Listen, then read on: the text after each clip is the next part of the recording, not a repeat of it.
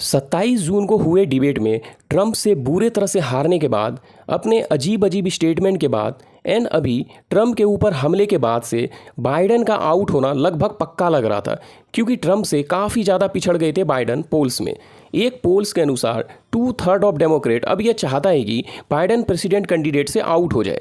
इतने रूमर्स के बाद आखिर बाइडेन ने अपने आप को पुल आउट कर ही लिया प्रेसिडेंट कैंडिडेट रेस से एंड कमला हैरिस को अनाउंस कर दिया प्रेसिडेंट कैंडिडेट के लिए।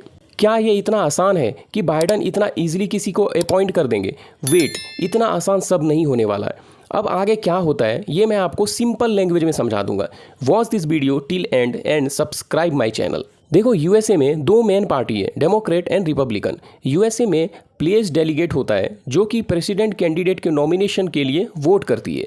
ये सब मेंबर पार्टी के खुद का होता है एंड एवरी स्टेट से कुछ ना कुछ प्लेस डेलीगेट होता है जिसे नॉमिनेशन के लिए वोट देने का राइट होता है। अप्रॉक्स 4000 प्लेस डेलीगेट हैं डेमोक्रेट में इस साल, जिसमें से 1976 मेंबर का सपोर्ट चाहिए होता है किसी भी कैंडिडेट के लिए प्रेसिडेंट रेस का नॉमिनेशन जीतने के लिए।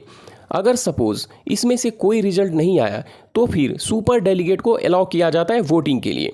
इस साल डेमोक्रेट में 3933 place delegate and 739 super delegates हैं। स्टार्ट में बाइडेन के लिए अनप्रेसिडेंटेड सपोर्ट था, इसलिए वो प्रेसिडेंट कैंडिडेट थे डेमोक्रेट के। बट अब उन्होंने कमला हैरिस को अपॉइंट कर दिया, तो क्या ये सब डेलीगेट मान जाएंगे हैरिस के लिए? इसका क्या क्या ऑप्शन हो सकता है ये आप इस फ्लो चार्ट में अच्छे से समझ पाओगे। यहाँ पे दो ऑप्शन है। एक तो कमला हैरिस प्रेसिडेंट कैंडिडेट का नॉमिनेशन जीत जाएगी। उसका ये इफेक्ट होगा कि हैरिस को ऑलरेडी बाइडेन का seat campaign and group fund का सपोर्ट मिल जाएगा डायरेक्टली।